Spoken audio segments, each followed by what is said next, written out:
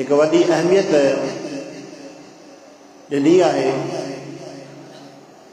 अल्लाह ताला खे यादि करणु, उनजो ज़िक्र करणु, इन जे अंदरि इंसान जी कामयाबी आहे। दुनिया जे अंदरि को बि अहिड़ो इंसानु कोन्हे, वॾो छो न हुजे या नंढो हुजे, तालिब इल्म हुजे, स्कूल जो स्टूडेंट छो न हुजे,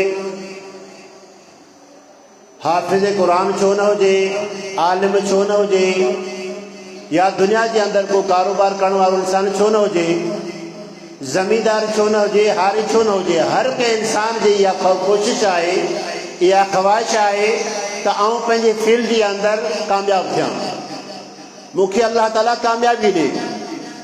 हाफ़िज़ क़ुरान चाहे थो त अल्लाह ताला मूंखे हाफ़िज़ क़ुरान बनाए।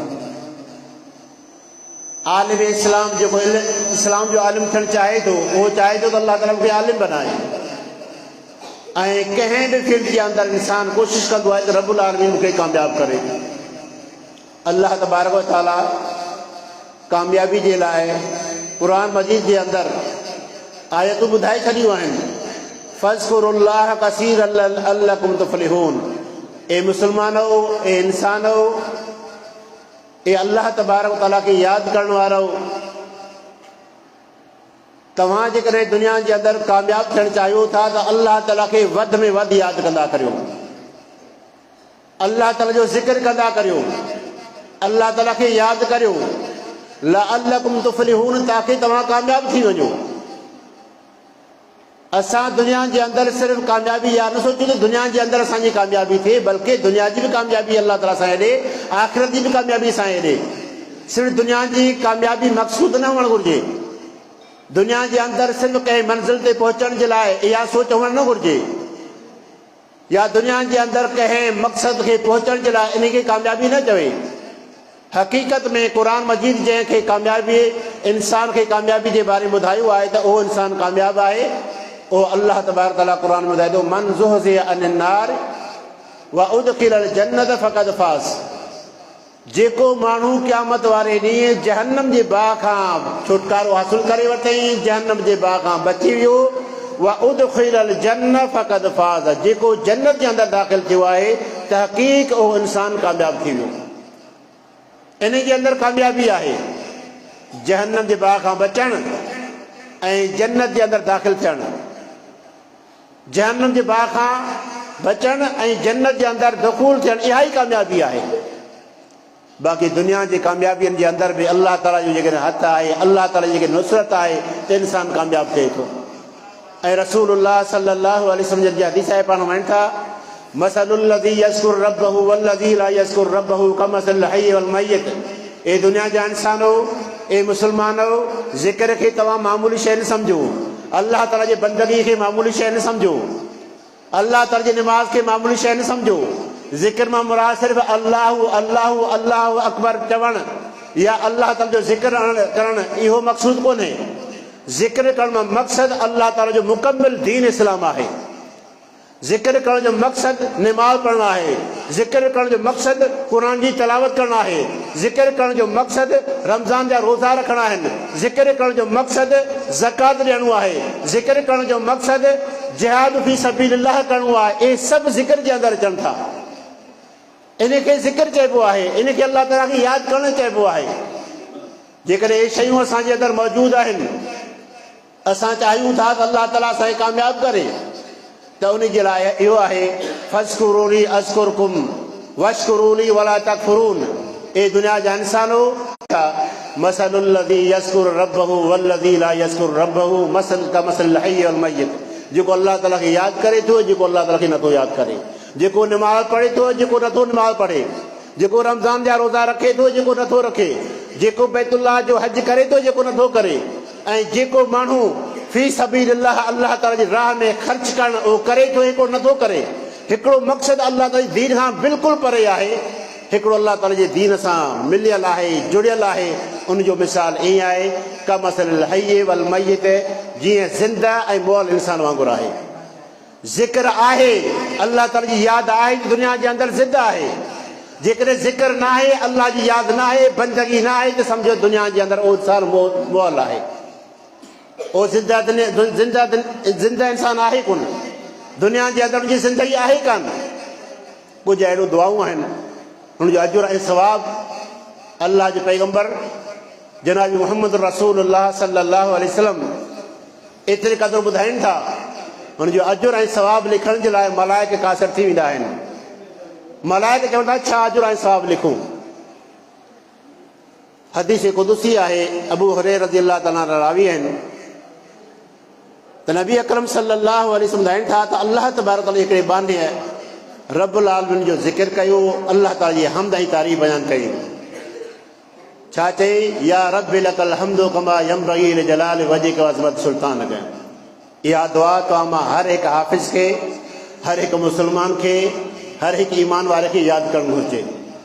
अजुर जेकॾहिं चाहियूं था, सवाब चाहियूं था त असांखे यादि करणु घुरिजे। उहा कहिड़ी दुआ आहे, या रब्बि लकल हम्दु कमा यंबगी लिजलाल वजहिक व अज़मत सुल्तानक। ए अल्लाह, तुंहिंजे लाइ एतिरे क़दुरु तारीफ़ूं हुअणु घुरिजनि।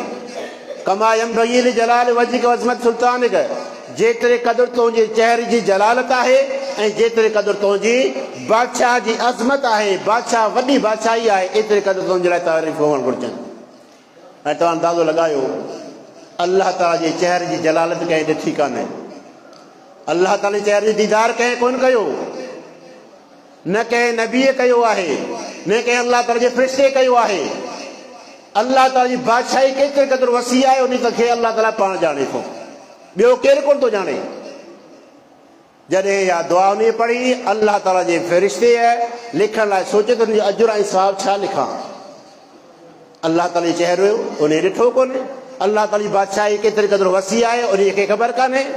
अल्लाह ताला वटि वञे थो, ए अल्लाह, तुंहिंजे बाने कुझु अहिड़ा लफ़्ज़ चया आहिनि जंहिंजो अजुर ऐं सवाब मूं में ताक़त न आहे त केतिरे क़दुरु अजुर ऐं सवाब लिखां।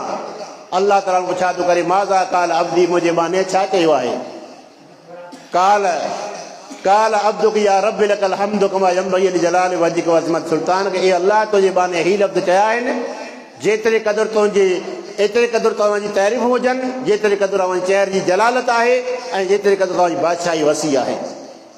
अल्लाह तबारक व तआला उन फ़रिश्तनि खे चए थो, ए मुंहिंजा फ़रिश्तो, उक्तुब कमा काल अब्दी फ़इन्नमा याति बि फ़अना बि। मुंहिंजे बाने जेके लफ़्ज़ चया आहिनि तव्हां लिखो, फ़इन्नमा याति बि फ़अना बि। जॾहिं मूं जंहिंजे पढ़ण सां जेको अजुर ऐं सवाब अल्लाह ताला पंहिंजनि हथनि सां पाढ़ी ॾींदो, सो मलाइकनि जी ताक़त न आहे त उनजो अजुर ऐं सवाब छा आहे।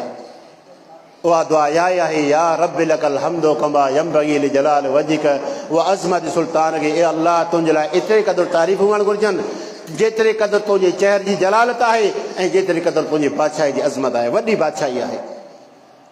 यानी अल्लाह ताला खे यादि करण जो ज़िक्र करणु का मामूली शइ कोन्हे।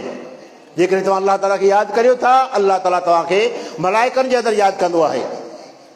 जेकॾहिं असां अहिड़ी मजलिस जे अंदरि वेहंदा आहियूं जिते अल्लाह जो ज़िक्र न आहे, पाण सां फरमाइनि था, जेकॾहिं तव्हां कंहिं मजलिस में वेठल आहियो, कचहरी करियो था, पर जेकॾहिं उन जाइ ते अल्लाह जो ज़िक्र तव्हां न आहे कयो, अल्लाह ऐं हरू भरू कंहिंजी तारीफ़ में एतिरी क़दुरु न कजे। इहे न थिए त सुभाणे अहिड़ो माण्हू वेठल हुजे जेको चए थो हिन में हीअ ख़ामी मौजूदु आहे, तव्हां हिन जी तारीफ़ छो था करियो। ऐं अल्लाह तबारक व तआला जॾहिं इंसान जे गुनाह मथां पर्दो रखे थो, असां छो हुनखे खोलियूं, असां छाजे लाइ खोलियूं। इंसान माना गुनाहगार, इंसान ख़ता जो घर आहे, पर जेकॾहिं असां उनजो ख़ताऊं बयानु करे ॿुधाईंदा आहियूं, गोया के असां ग़ीबत करियूं था। रसूलुल्लाह सल्लल्लाहु अलैहि वसल्लम ॿुधाइनि था, फरमाइनि था, जॾहिं अल्लाह ताला वटि आउं वियुसि मथे, रब्बुल आलमीन मूंखे मेराज ते घुरायो ऐं कुझु माण्हू मूंखे अहिड़ा नज़र आया जिन जे जिस्म मां गोश्त खे पटे करे ऐं उनखे खारायो वञे थो, उन जे जिस्म मां गोश्त पटियो वञे थो ऐं उन्हनि खे खारायो वञे थो। ऐं उनखे मलाइक चवनि था, दुनिया जे अंदरि तव्हां माण्हुनि जो गोश्त खाईंदा हो, अॼु तव्हां पंहिंजो गोश्त पाण खाओ। इन्हनि हदीसनि जी बि असांखे ख़बर आहे,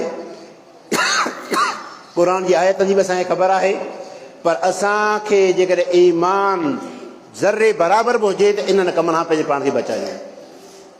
जेकॾहिं तोखे अहसासु आहे, तोखे पंहिंजे भाउ जो ख़्यालु थिए थो, तूं उनजी कमी पेशी उनजे साम्हूं पेश कर त तुंहिंजे अंदरि ही कमी आहे। छो त रसूलुल्लाह सल्लल्लाहु अलैहि वसल्लम ॿुधाइनि था, अल मुस्लिमो मिरआतुल मुस्लिम, मुस्लमान मुस्लमान जो आईनो आहे, मुस्लमान मुस्लमान जो शीशो आहे। जेॾी महिल असां शीशो खणंदा आहियूं पंहिंजे मुंहं खे ॾिसूं था, जेकॾहिं मुंहं जे अंदरि को टिको नज़र ईंदो, छा उहो टिको खणी करे माण्हुनि खे ॾेखारींदासूं की असांजे मुंहं जे मथां छा लॻल आहे? अकुलमंद इंसान ई कोन कंदो, समझदार ई कोन कंदो। उहो ओॾी महिल छा कंदो, उहो शीशो खणी करे कपिड़े खां या हथ सां उन शइ खे हटाए छॾींदो। अल्लाह तबारक व तआला मुस्लमान जी इज़त खे ऐं मजरूह करणु, उनजे इज़त जे मथां हमलो करणु अल्लाह ताला हराम करे छॾियो आहे। हुनजे अंदरि खामी मौजूदु आहे, तव्हां उनजी इस्लाह करणु चाहियो था, उनखे अहिड़े हिसाब सां इस्लाह उनजी करियो जो उनखे तव्हां ज़लील न करियो, उनजे इज़त में हमलो न करियो। अहिड़े हिसाब सां तव्हां उनजी इस्लाह करियो जीअं अव्हां जे चहिरे जी इस्लाह आइनो कंदो आहे, अव्हां जे चहिरे जी इस्लाह शीशो कंदो आहे, उन हिसाब सां उनजी इस्लाह करियो। त असां इन्हनि ॻाल्हियुनि मथां अमल करियूं। अल्लाह तबारक व तआला खां दुआ आहे असां तमामु मुस्लमाननि खे इन्हनि शयुनि मथां अमल करण जी तौफ़ीक़ था फ़रमाए, ऐं जेके बि असां कमियूं कोताहियूं थियनि थियूं ऐं उन्हनि जी दुरुस्त करण जी तौफ़ीक़ था फ़रमाए। असांजा दोस्त ऐं फाज़िल नौजवान अब्दुल अज़ीज़ आबिद साहिब बि ॿाहिरि खां अची आया आहिनि ऐं अब्दुल कयूम जलानी साहिब मौजूदु आहिनि। इनशाअल्लाह हाणे हुनखे टाइम ॾिबो। ऐं दावत ॾियां थो हाफ़िज़ अब्दुल अज़ीज़ आबिद साहिब खे, जेके अची करे पंहिंजे मुनासिबत सां ख़िताब कनि।